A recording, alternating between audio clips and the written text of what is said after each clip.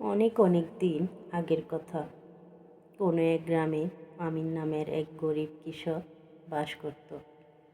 তার কাছে সামান্য কিছু জমি ছিল, যাতে সে শাক সবজি চাষ করে নিজের দিন গুজার করত। আমিন একা ছিল, না স্ত্রী না সন্তান, তার কেউ ছিল না। আমিন প্রতিদিন সকাল সন্ধ্যা তাজা শাক সবজি গ্রামের মির্জা সাহেবের বাড়িতে পৌঁছে দিত। বিনিময়ে মির্জা সাহেব তাকে শস্য, কাপড় এবং কিছু নগদ টাকা দিত। সে নিজের পরিশ্রমের উপার্জনে খুশি এবং সন্তুষ্ট ছিল এবং আল্লাহর শুকরিয়া আদায় করত। একদিন আমিন তার ক্ষেতে কাজ করছিল, দুপুরের সময় হয়ে এলো। সে ভাবল যে এখন কিছু খেয়ে দিয়ে একটু বিশ্রাম করি, তারপর জোহরের নামাজের পরে আবার কাজ শুরু করব। সেই সময় এক রাখা যায়, নাম তার পিরোজ। তার বেড়া বকরি ক্ষেতের পাশ দিয়ে যাচ্ছিল। আমি তাকে দেখে নিজের সাথে খাবারের শরিক হতে এবং কিছুক্ষণ বিশ্রাম করার জন্য দাওয়াত দিলেন।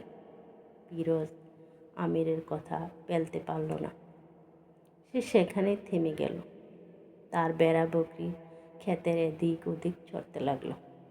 পিরোজ খাবার খেয়ে বিশ্রামের জন্য নিজের পা ছড়িয়ে আমিনকে জানালো যে তার গ্রামের বৃষ্টি না হওয়ার কারণে লোকজন সবুজ এলাকার খোঁজে বেরিয়ে পড়েছে।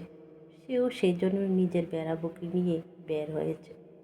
পিরোজের পালের মধ্যে এক ভালো জাতের বেড়াও ছিল। তার চকচকে এবং নরম পশম খুব সুন্দর ছিল। পিরোজ আমিনকে জানালো এই বেড়াটি খুব বিরল জাতের।